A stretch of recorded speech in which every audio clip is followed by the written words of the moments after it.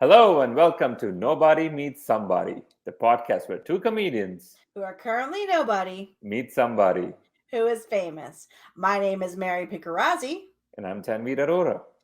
In today's episode, we get to talk with Nick Guerra. You have seen him on The Tonight Show with Jimmy Fallon, Dry Bar, and more recently, HBO with his special Love Me at My Worst, which was filmed here in San Antonio. We were super happy Yes. about that.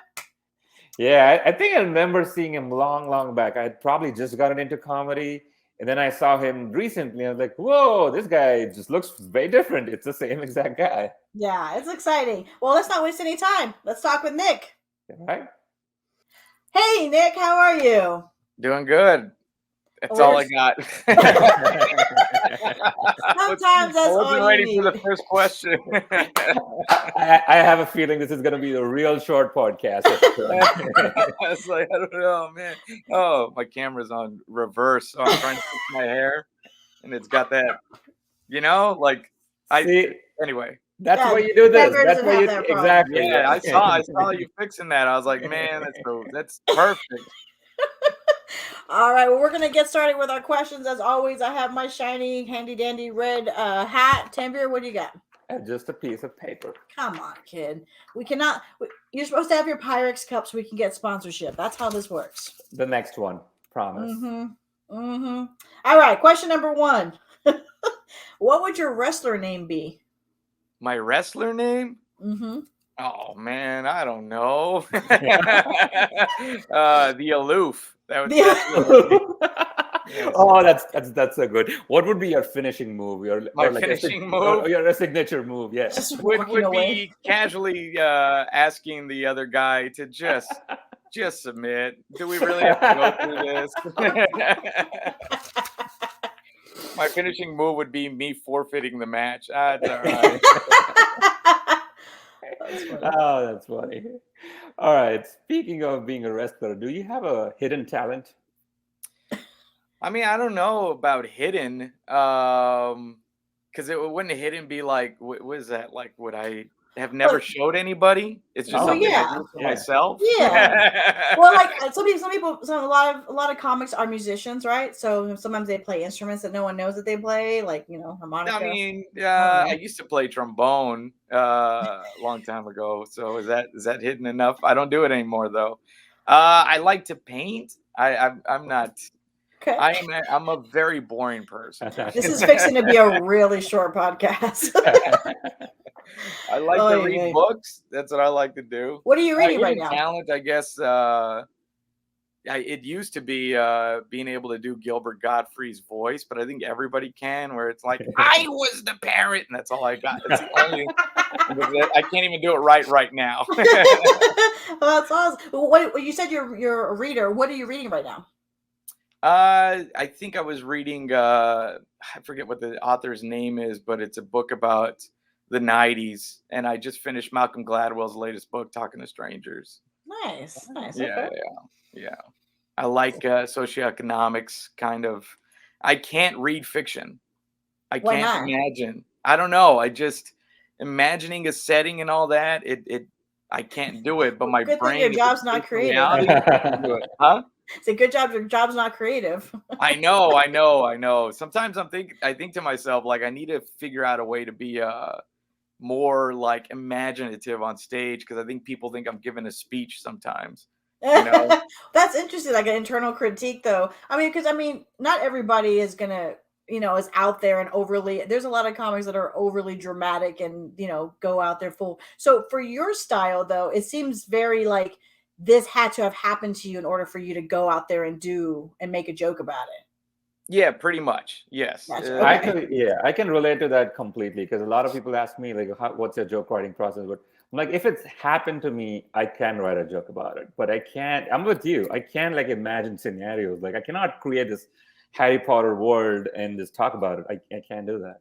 Yeah, it's just.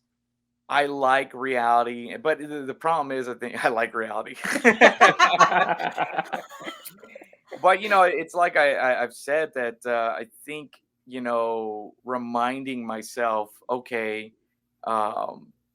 have some fun in it. Kind of like Dave Attell's album Skanks for the Memories. Mm. It's like, remember to have some imaginative fun in it. Right. That way it doesn't feel to the audience like, look, nothing I'm saying up here you have to do. You don't have to take any of this. This is just me saying crazy things. Exactly. That's it. Exactly. Like, I'm not actually telling you how to live your life. That would be really scary if he was. Yeah. Well, I Oh, think that's more people do that now. Like, I think the problem is people, that's the problem we're having with comedy, is that there's people think now they take their life cues from comedians, Yeah. you know? Yeah. And so that's why they're getting even more angry at what comics say. It's like, you're not supposed to listen to us. Well, not that closely. No. I mean, Yeah. I don't know a lot of stable comics, so let's not do that. Yeah. Well, Mike goes right into my next question. What's on your music playlist right now? Oh, ASAP Ferg. Okay. There you go. That's Yeah, a new one. Did a not. new level. That's what Yeah. I'm listening to. Yeah. Okay, just that. Just that. And there's this other guy. What's his name? Hold on, let me pull it up. Warren. I really like his stuff, and I found him because I saw a G.G. Allen documentary. And I don't know if you know anything about G.G. Allen. He's a insane punk guy from back in the day. But he sang this one song, Warren Zevon, and I think it's Carmelita that I liked, and it sounds country, but it's very it is country because it's kind of dark and depressing. You know, he talks about how he's, like, I burned down the house, I'm high on pot, I'm doing heroin in wherever. As one does, yes. Yeah. Okay. But it's All right. nice. It's soothing. It's a soothing tune. It's like a warm blanket. Yes. Yeah, seeing someone else's house burn, yeah, that is soothing to me. That is, Yeah, there you go. Yeah. All right. Yeah. Do you have a nice fire is always do you have a pre-show routine that you always do? I need to develop a better one, because now it really is just focusing on my material. Like, I just kind of keep writing out my list and looking at it and trying to remember if there's anything new I want to do. But I don't really have too much of a routine besides that. You know? write it out by hand? Are you writing it out by hand? Yeah, I used to, and I need to again. Because I think when you write it out by hand, your brain remembers it better. Right. Depending on how you learn, absolutely. I'm exactly like that. I have to write. Because we have this conversation with every comic in the show about how you write, whether it's on computer or if it's handwritten. And a lot of comics go back and forth, right? So yeah, it's a mix of both. Yeah. Yeah. So for you, are you writing all your jokes on computer and then transferring to paper, or do you just write on paper exclusively? Well, now it's mostly my phone and then to paper. Yeah. Rarely do I open up my laptop to write, because it's we got a computer right here. Exactly. Yeah. And it's not like I'm writing phenomenal soliloquies. Yeah. Exactly. It's just my dog farted today. I don't need to open up a laptop. That's interesting. Yeah, because more people, less comics we have noticed in our trend with doing this show do pencil to paper or even pen to paper. Like, most of them will just stick with just the phone or just their laptop. So I find that very interesting. It tells you a lot how people learn. Like, I'm a tactile learner. I have to write it if I'm going to memorize it. So yeah, and I think it's just that one last bit of effort and a very easy job. It's like, just take out the pad and write it. It's like, put in one more ounce of effort just to make yourself that much better. That's very interesting. Well, it's also like the difference between, like, I would say definitely old school versus new school. Like, I subscribe to the Joan Rivers methodology. She used to write all her jokes on a index card.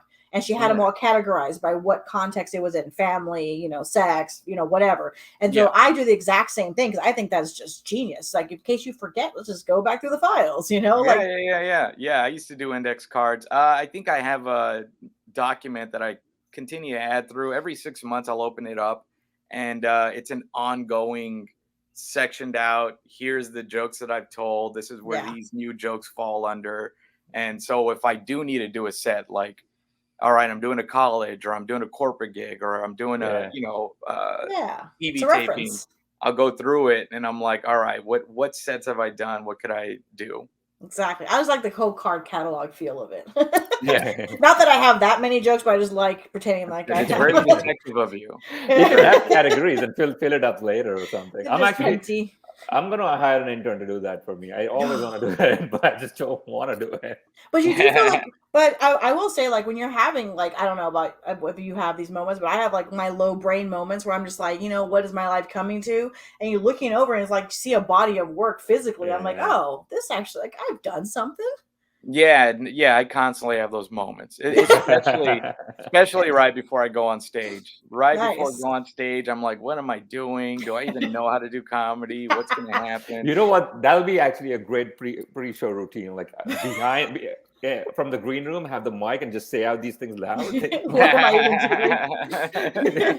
And then go on stage. Yeah, but would they know it was me? Yeah, I wish for the day that I have an audience that'll be that fun, where it's like, you can do this. Right now, I'm still in that moment where people just go to a comedy show and I happen to be the headliner. That's fair. Yeah, they're just trying to have a good date and they don't need me being too neurotic or whatever. But like, we're not ready for this yet. Yeah. Well, that's gonna actually, Timber, you're next, right? I'm sorry, I was just gonna take the next one. That's cool. What's your favorite app on your phone right now? My favorite app on my phone. Man, now I got to open. Oh, probably Spotify, honestly. Okay. Spotify would be my favorite app, just because music and podcasts. Perfect, right, everything else I could do without. Like this one. one. Yeah. I mean, I really don't like social media, but I have to do it. that is, I 1,000% understand. I hate having a Facebook. I'm not gonna lie. I detest having one, but I know that it's part of the social media thing that we have to do now, because if you don't, I make fun of TikTok. I call it Tiki-Talkie, but I don't have a TikTok. I was going to start one this week, because guess what? That's what you have to do to get seen now. And it's just, that's painful. It makes my heart hurt. Yeah, it's and I'll say this: if you open up your TikTok, so the first one of the first two videos is gonna hit huge, right? That's TikTok's way of getting you in. Like, hey, don't you want to keep posting?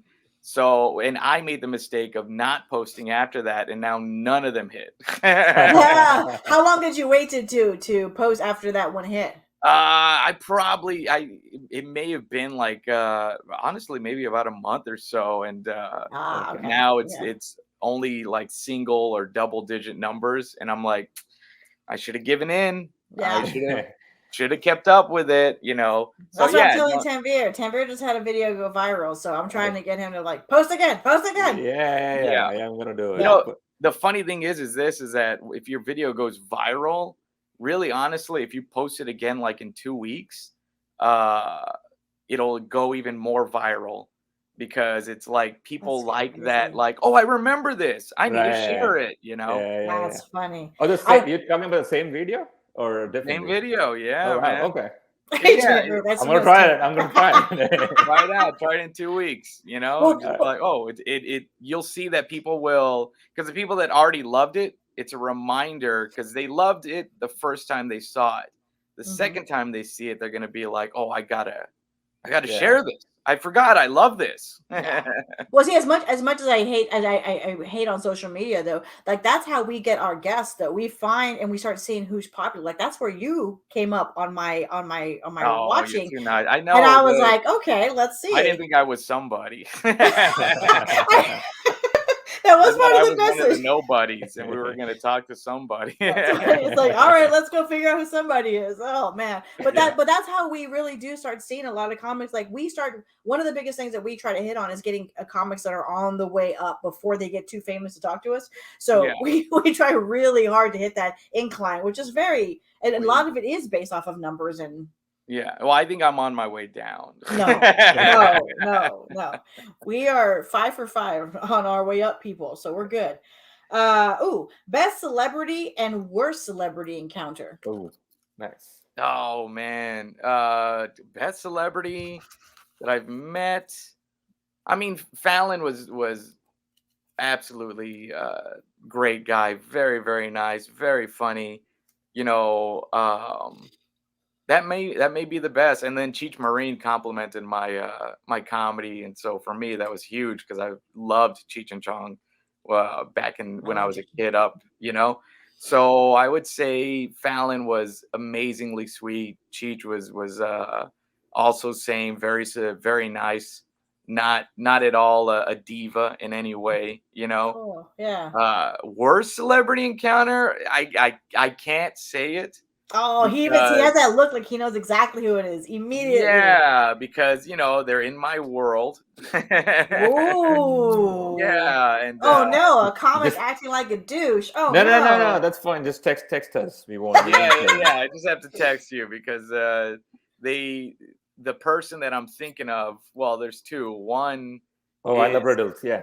Yeah, one is probably wouldn't care if I said it, but I just don't want to because he's got legions of people that support him. Sure. And the other one purposely like tried to sabotage my Tonight Show set while I was preparing for it by talking to the booker the whole time while I was at performing at the Hollywood Improv. Look at that. Wow. No, comics being underhanded. Yeah. And this person, I am nowhere ever going to reach their level of fame, you know? So it was really just a petty thing. Imagine the level of insecurity it takes to do that, though, because that's what's mind blowing to me. Like even Tanvir and I talk about this, even on our scene. You always have different personalities, but to find somebody that goes out of their way to be petty when you're not even in the same realm, that's insane. Yeah, and it's wild when you would tell people about it because they're like, no, why would anybody out of your realm want to do that to you? But do you remember that one? I don't know if you ever heard the story about, you know, Pryor made a movie back in the day with Penelope Spheres. She directed Wayne's World and Black Sheep. So Pryor made a movie that was about his life. And it was right before he was really breaking out to be huge, and Bill Cosby asked to watch it. Said, I want to see the movie in a private screening. So he saw it, paid for the movie, said, I'm going to buy the movie, and then shelved it, and told the director, if this ever comes out, this guy's going to be more famous than me. Wow. So there's a completely unreleased Pryor movie that was just shelved, you know. Well, Bill Cosby needs a win right now, so yeah, you can put it out. Maybe that'll be coming out real soon. I wonder. That's God. That is insanity to me. It really is.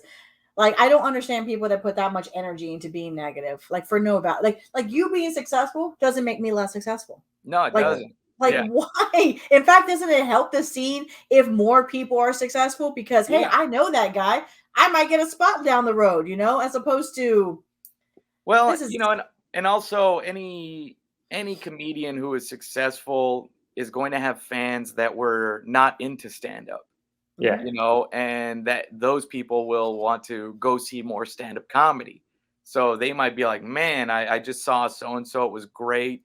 They gave us tickets to come back. Let's go see this other comic. And then they fall in love with another comic. Exactly. You know, which is why I credit Dane Cook a lot with that.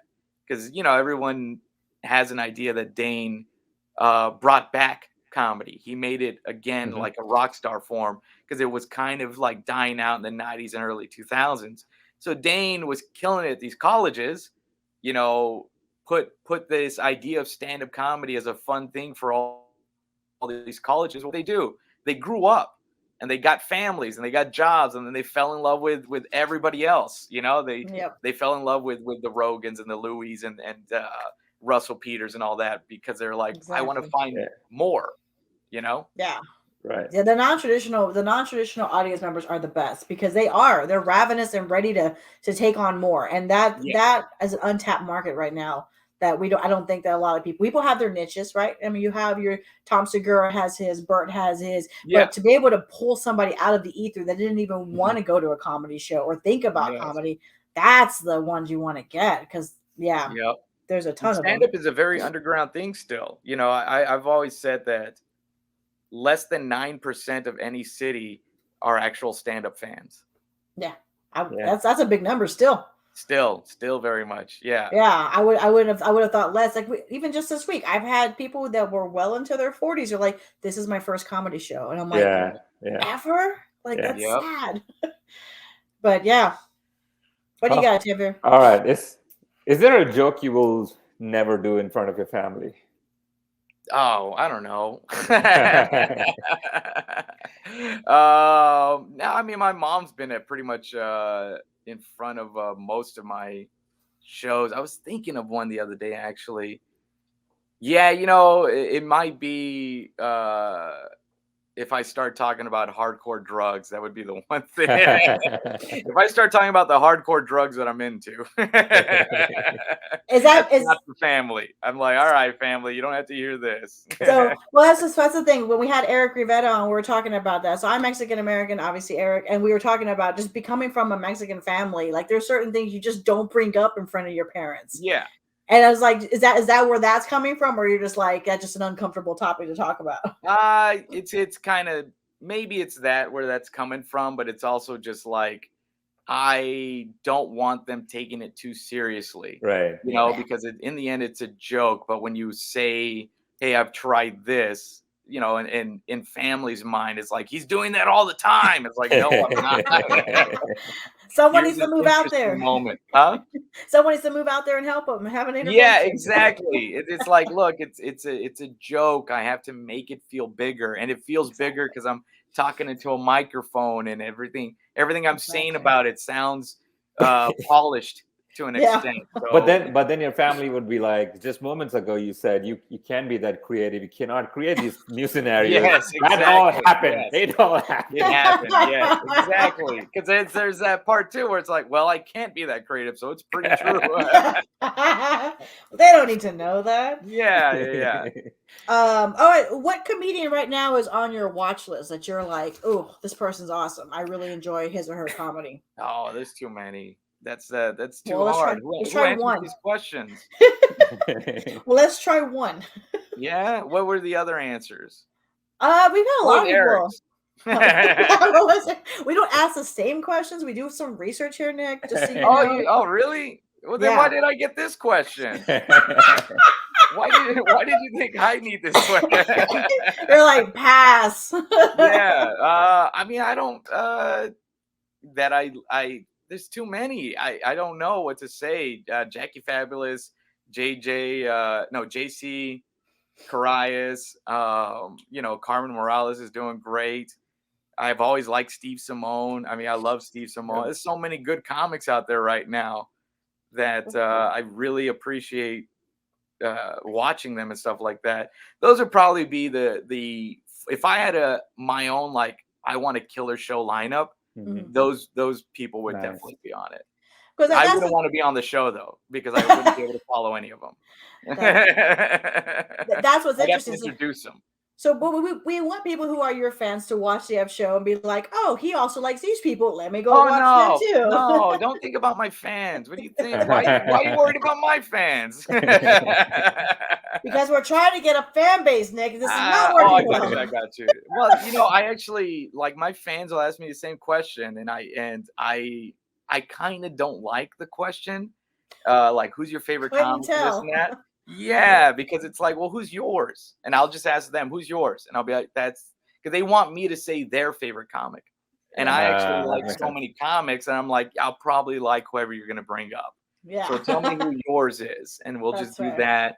But mine, it's like, I'll go down a laundry list, and they don't know any of them, you know? Right. So that's why I avoid the question. But I mean, one of my Instagram posts, I put up like a long time ago, I put up 10 comics that I loved, you know, whether they liked it or not, but that's what I did. Okay. All right. What made you change your stage look? Like the short hair, the suit, and the tie? I wanted to. Well, first off, I just wanted to be done with the long hair. I think I was getting stereotyped as a certain comic. I even had like a comedy club owner said that he had seen my clip with long hair and he thought that I was going to be a stoner comic. Hey, what's up, dude? What are you doing? Then when I came out as me, he was like, man, that was really good. I almost didn't hire you because of your picture. Oh, wow. So that's that. There's that side of it. That happens to me a lot. Yeah. And just wanting to transition into a place where, since I started doing like headlining clubs, doing New Year's gigs and corporate gigs, I needed the audience to respect me immediately on stepping on the stage. Right. And I have a young face. I looked younger back then. So, audiences, if they see a long-haired kid in a t-shirt and pants, they're like, why did we pay $60 to see a teenager tell jokes? You know? And I also am stuck on a show with a lot of old men most of the time. Most comics you're on the road with, you do shows with, are old men, and they're up there like, oh, these kids, this and that. And then I come up looking, it's so just that. It was just too much. But I wanted that transition. And there's an anecdote. When Jay-Z had done his, I believe it was the Blueprint tour. It was after the Hard Knock Live tour. He purposely wanted to show his fans that he was changing. So the beginning of the show, he'd come out old school Jay-Z, jersey, do-rag, and he would rap those hits. Then he'd have the lights go out, and then he'd come out in a suit. And it was a way of him showing, I'm changing, I'm progressing. You're not going to get old school Jay-Z anymore. Right. Yeah, that'd be too much to do in the middle of a comedy show. Yeah, I couldn't do that in a comedy show. Unless you did it like a one-man act. That's what Leguizamo did. That's true. Yeah. That's true. Oh, that could do it too. Oh, but that's already been done. You won't want to do it again? No, what are you talking about? Everything's been done. Nothing we do is creative. Nothing we do hasn't already been done. What could you do? The only thing you could do, you can even levitate on stage. Somebody has already done that. Allegedly, okay. Allegedly. What is the weirdest gig you've ever had? Oh, I don't know, man. These questions are too much, man. Wow, it's like an interview or something. Yeah. What did Eric Rivera answer this one? I'm gonna go back to Eric. He did. He actually did. Man, any show with Eric was very strange. Always the weirdest guy to be in the green room with.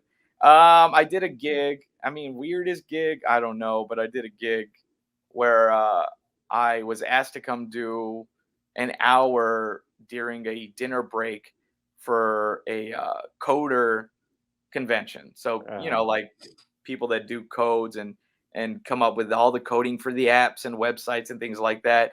Well, they were having a competition where they had 36 hours to make a program for Comcast or NBC or whoever it was.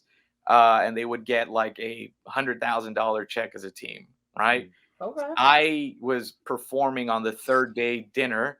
These people have been up for 2 days drinking Red Bull to do code. Yeah. And, if you've ever met somebody who does code, it's nerds. They don't laugh, they're very quiet people. They're Redditors. They're right. So they're focused on the code. I'm background noise. Nobody's laughing because they're trying to win $100,000 and they're on their third day. Yeah. It's not conducive to a comedy show. I'm lit by chandeliers. They all have dinner and somebody heckles me through dry erase board. So they would write whatever they want and they would just hold it up. So that was a weird show, That's interesting. Yeah. They're not anybody could do code is rarely somebody who reacts out loud. Oh. What do you want? You're talking. Now you made the story terrible for me. You're talking to two people who do IT, so I was like, oh. I was going to hold up. I was like, I'll just edit this and probably just highlight our faces and go like 2 coders right here. 2 coders. That's funny. Yeah. Well, then you get it. Think Yeah, about well, being up for 3 days drinking Red Bull. It's a team of people, and they're trying yeah. to I mean, win. 100,000 on the line though. I would go with that was the bigger pool than giving a Right. hoot about anything else. Because I mean, honestly, that's a lot. That's a significant amount of money for. Yeah. Yeah. Yeah, Yeah, so that's it. They were just focused on their job. It's that's literally fair. like asking me to go into somebody's place of work, Yeah. and they are Yeah. Yeah. trying to get the biggest bonus they've ever gotten, Right. and a contract with a huge company, and And he was say, like, set up a stage right there. yeah, and do I'm gonna tell jokes him. at this podium. Not even a stand-up Oh wow. off this microphone, Yeah. So Yeah, just that. It was just like, that's oh, this is terrible. this is horrible. Yeah, not And you know conducive. who you work with. Come on. You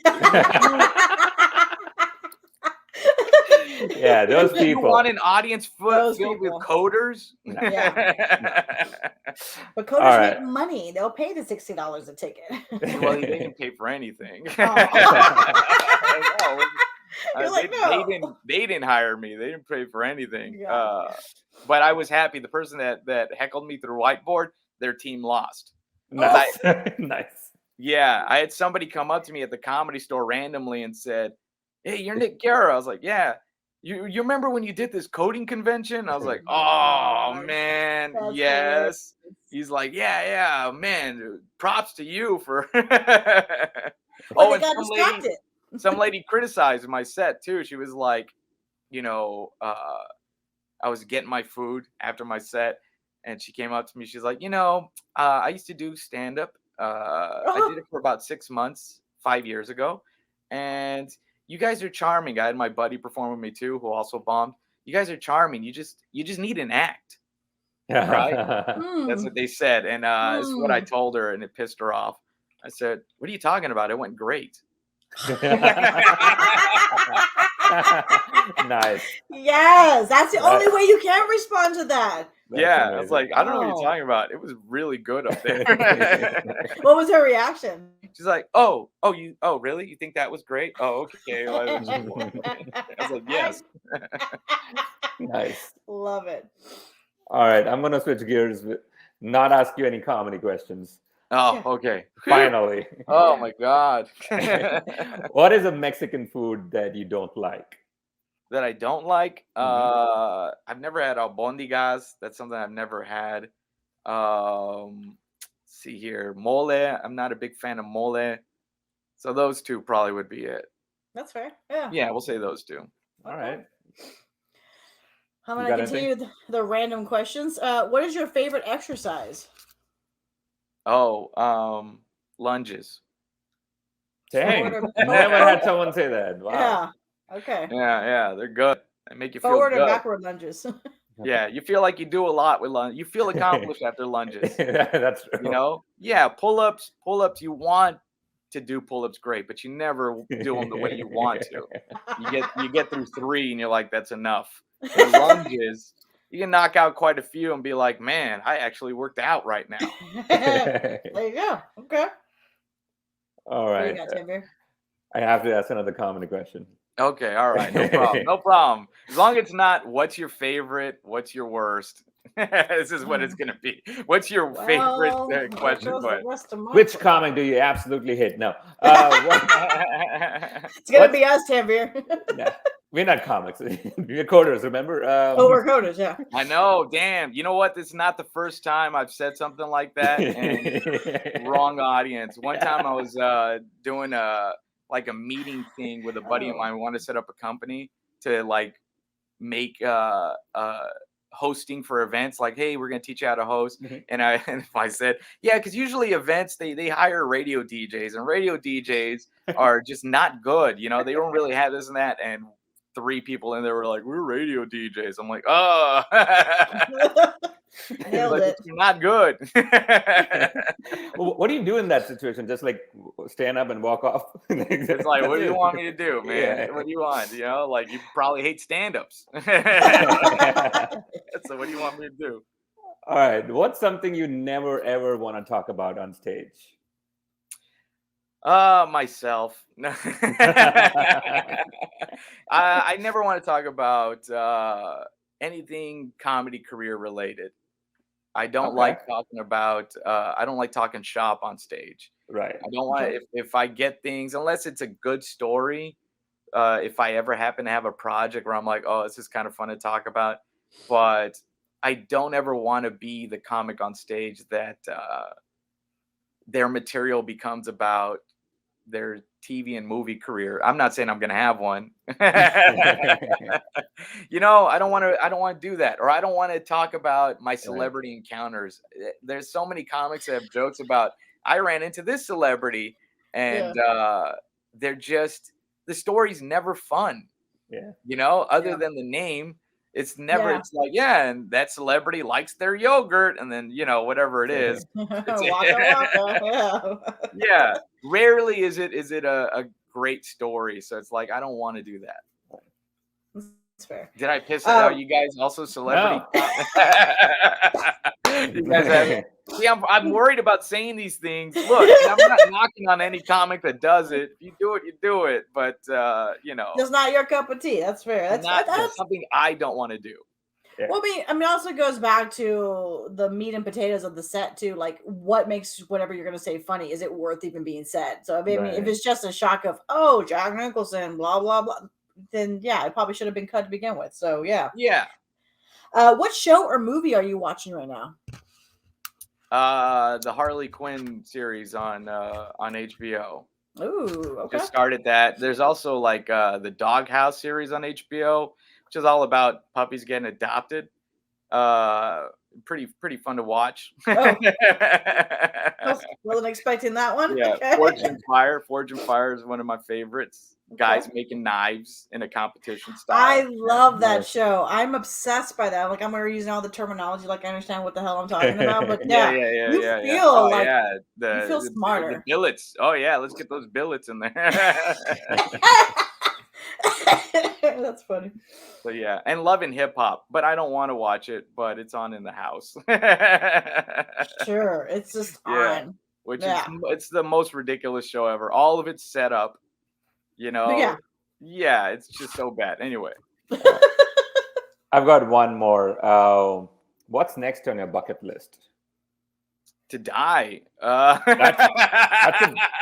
That's probably the best answer we've ever received for that question. Yeah, that's like a mic drop moment. Like, you say that.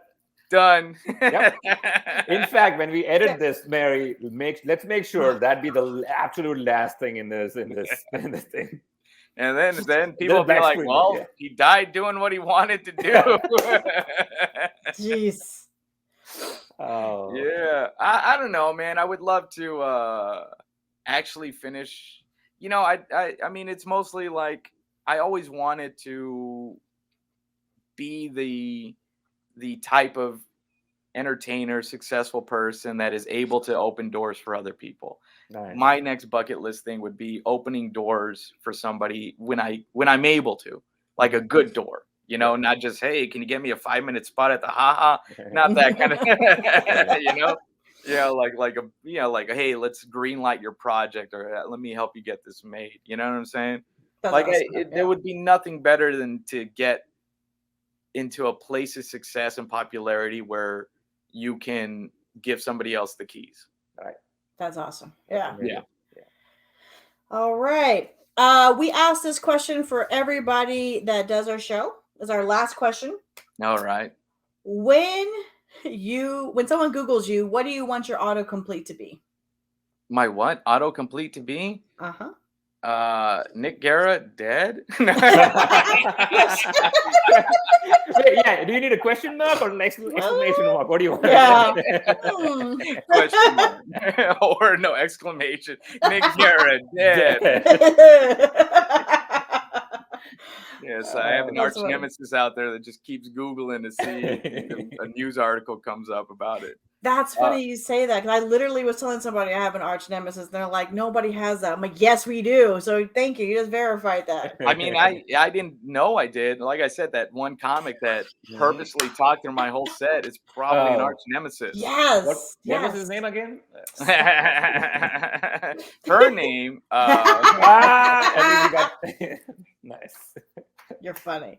Well, then that was the end of our show. Nick, we want to thank you so much for being on here and giving us your time. That's going to be our show for tonight. Well, that's our show. if we edit this right, and if we zoom in on our faces, the moment he said a thing or two about the quarters, it's gonna be hilarious. We both were just like, I tried to just hold. I was almost gonna reach for my phone and text you, like, "What do you want to do?" I didn't know what to say. I was like, well, not all of us, sir. No, well, that was fun. I really want to know that one comedian, his name or her name. I think it's a his. I think it's a his. They try to throw us off the scent, but law of numbers would say it's a him. But that's really sad though, that even at that level that continues to happen. Like you expected to see it in smaller scenes, but man, when there's no need just to do it out of there, yeah, that's an arch nemesis. That's exactly how villains are made. Right. Yeah. Well, that was our show for today. We hope you guys enjoyed it. If you really, really liked it, please like and subscribe. And then if you extra liked it, go ahead, please share it with your friends, families, and enemies. As always, I'm Mary Picarazzi. And I'm Tanvir Arora.